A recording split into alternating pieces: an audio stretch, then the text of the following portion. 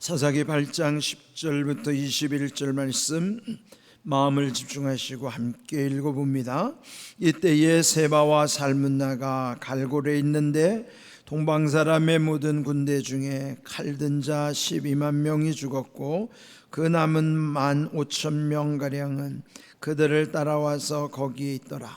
적군이 안심하고 있는 중에 기드온이 노바와 욕부와 동쪽 장막에 거주하는 자의 길로 올라가서 그 적진을 치니 세바와 살문나가 도망하는지라. 기드온이 그들의 뒤를 추격하여 미디안의 두 왕 세바와 살문나를 사로잡고 그 온 진영을 격파하니라.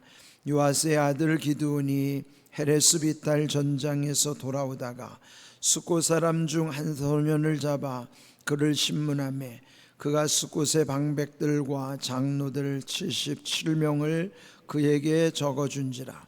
기드온이 숫곳 사람들에게 이르러 말하되 너희가 전에 나를 희롱하여 이르기를 세바와 살문나의 손이 지금 네 손 안에 있다는 거냐?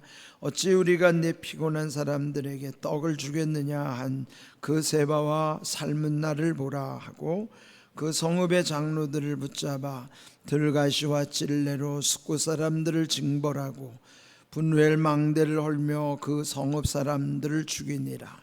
이에 그가 세바와 살문나에게 말하되 너희가 다볼에서 죽인 자들은 어떠한 사람들이더냐 하니 대답하되 그들이 너와 같아서 하나같이 왕자들의 모습과 같더라 하니라. 그가 이르되 그들은 내 형제들이며 내 어머니의 아들들이니라. 여호와께서 살아계심을 두고 맹세하노니 너희가 만일 그들을 살렸더라면 나도 너희를 죽이지 아니하였으리라 하고 그들의 맏아들 여델에게 이르되 일어나 그들을 죽이라 하였으나 그 소년이 그의 칼을 빼지 못하였으니 이는 아직 어려서 두려워함이었더라. 세바와 살문나가 이르되 네가 일어나 우리를 치라. 사람이 어떠하면 그의 힘도 그러하니라 하니 기드온이 일어나 세바와 살문나를 죽이고 그들의 낙타목에 있던 초승달 장식들을 떼어서 가지니라. 아멘. 사람이 한결같기가 어렵죠. 처음과 나중이 일치돼야만 그 사람의 진실함을 또 누구든지 보고 감동하게 되는 것입니다. 그런데 처음에는 잘하다가 나중에 무너지는 사람들이 있는가 하면 처음에는 시원치 않다가 나중에 또 잘 되는 사람도 있습니다. 그런데 가장 좋은 것은 갈수록 더 좋아지는 거예요. 하나님의 은혜 안에 있으면은 이전보다 이후에 주시는 은혜가 날로 새로워지고 더 귀해지고 더 크다는 사실을 우리가 믿어야만 하는 것입니다. 그런데 오늘 읽은 이 말씀 속에서 기드온이라고 하는 인물은 처음에는 하나님 앞에 겸손했다가 이제 그가 전쟁에서 승리하고, 그러니까 우리 표현으로 말하면은 일이 잘 풀리고 성공했을 때, 이럴 때 보면은 꼭 넘어지는 상황이 발생하게 되는 것입니다. 고린도전서 10장 12절에도 보면은 그런즉 선줄로 생각하는 자는 넘어질까 조심하라. 그렇게 말씀하셨어요. 그 말씀을 우리가 귀담아 들어야 됩니다. 나는 안 그럴 거야 라고 하는 것 자체가 그 자만심이 결국은 무너지는 거예요. 누구도 그랬다면 나도 그럴 가능성이 있기 때문입니다. 우리도 어쩔 수 없는 연약한 인간이기 때문에 언제든지 넘어질 수 있고 무너질 수 있다는 사실을 먼저 내가 받아들여야 됩니다. 그런데 오늘 이 말씀을 묵상하면서 이제 오늘 제목을 인과응보라고 했어요. 인과라는 뜻은 원인과 결과라는 뜻이고 그것이 서로 응하고 보온을 준다는 거예요. 그러니까 쉽게 말하면 우리의 삶 속에는 모든 것이 원인과 결과가 있어서 서로 물고 물리는 상황이 벌어지는 거예요. 그를 성경에서는 뿌린 대로 거둔다, 심은 대로 거둔다라고 말씀하십니다. 갈라디아서 6장 7절의 말씀, 스스로 속이지 말라. 하나님은 업신여김을 받지 아니하시나니 사람이 무엇으로 심든지 그대로 거두리라. 그러니까 스스로 속이는 것을 하나님을 업신여기는 것이라고 말씀하시면서 우리가 결국은 심은 대로 거두게 하시는 하나님의 법칙, 이게 인과의 법칙이에요.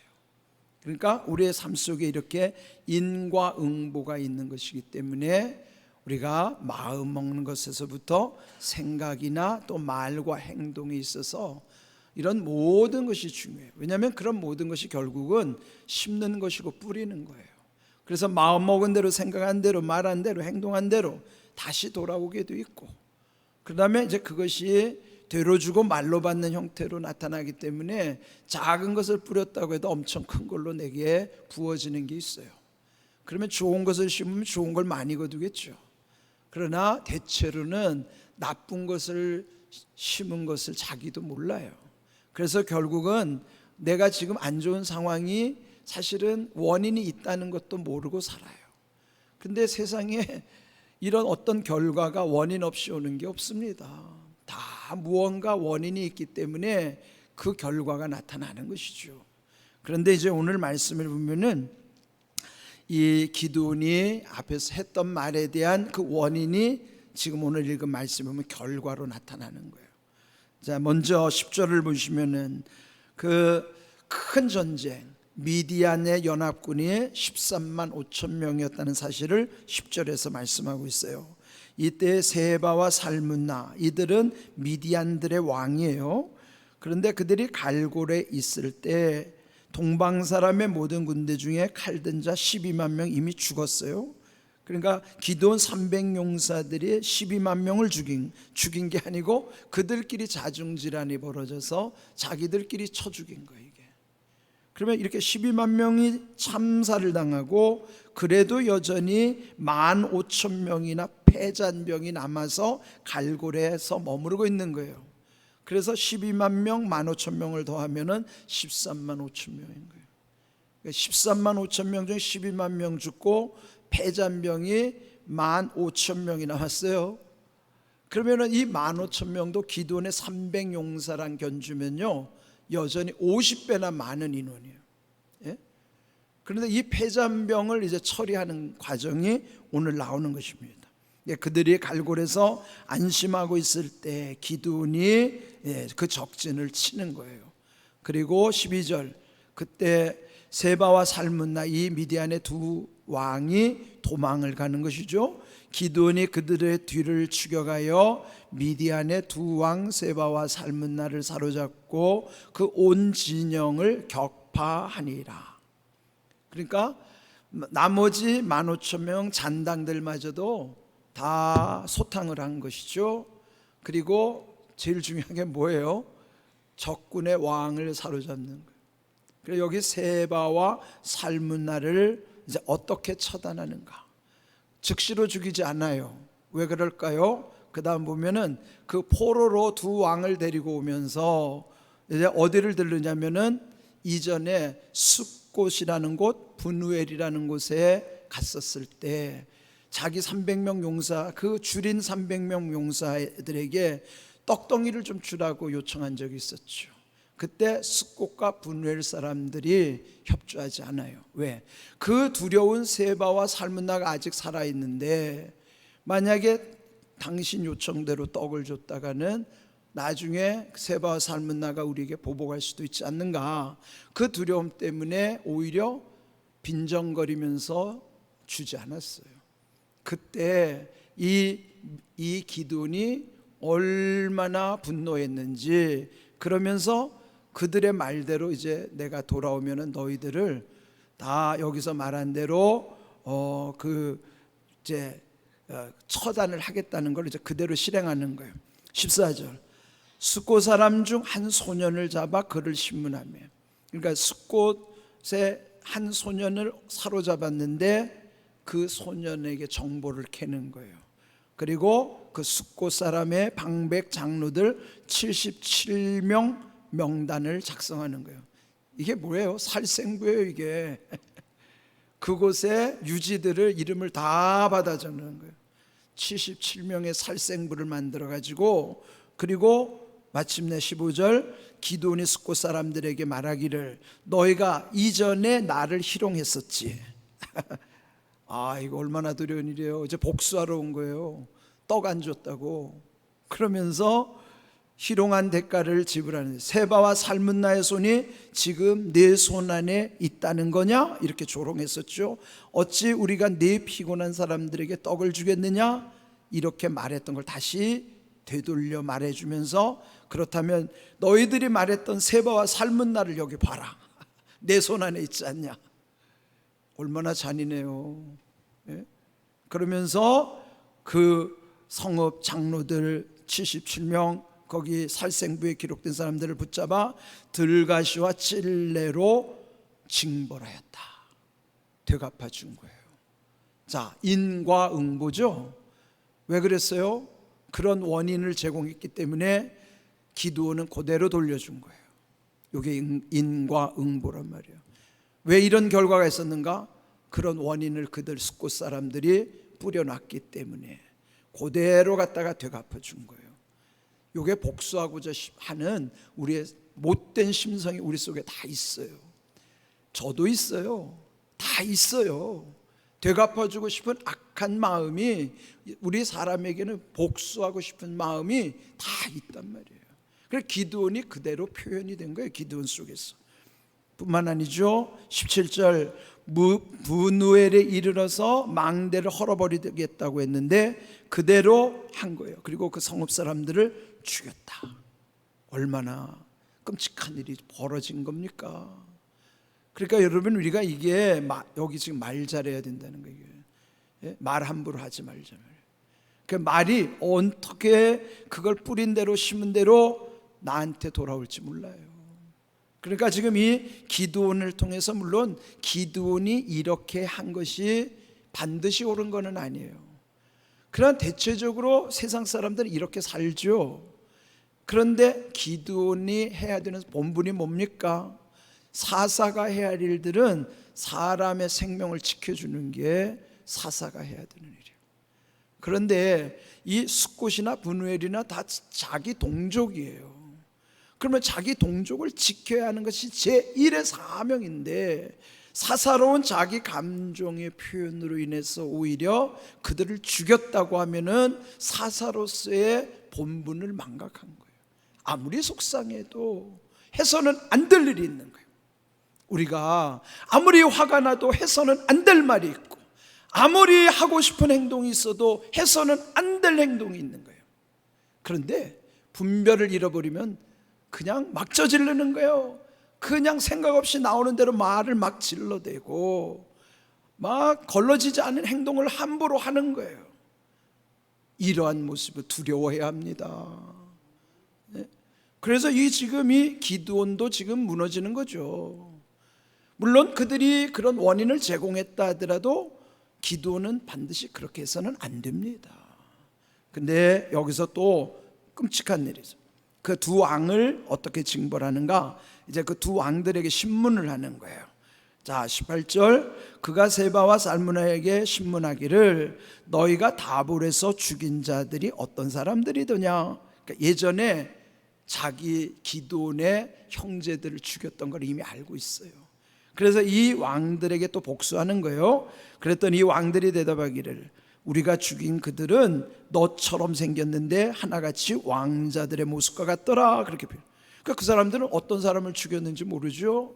그런데 기드온은 알고 있어요. 그래서 여기서 확인하느라고 그러면서 말하기를, 기드온이 말하는 거 19절, 당신들이 죽인 그들이 내 형제들이면 내 어머니의 아들들이니라. 그러니까 내 어머니의 아들들 같은 형제들을 죽였으니 같은 형제로서 얼마나 분노가 들끓겠어요. 이게 이제 복수혈전이죠. 복수하는 거예요. 그러면서 여기서 말하기를 맹세하노니, 하나님께 맹세하기를 만일 너희가 그 사람들을 살렸었다면 나도 너희를 죽이지 않을 것이다. 안 하였을 텐데 뭐예요? 그러면은 너희가 그들을 죽였기 때문에 나도 너희들을 죽인다 이 말이에요. 이게 뭐예요?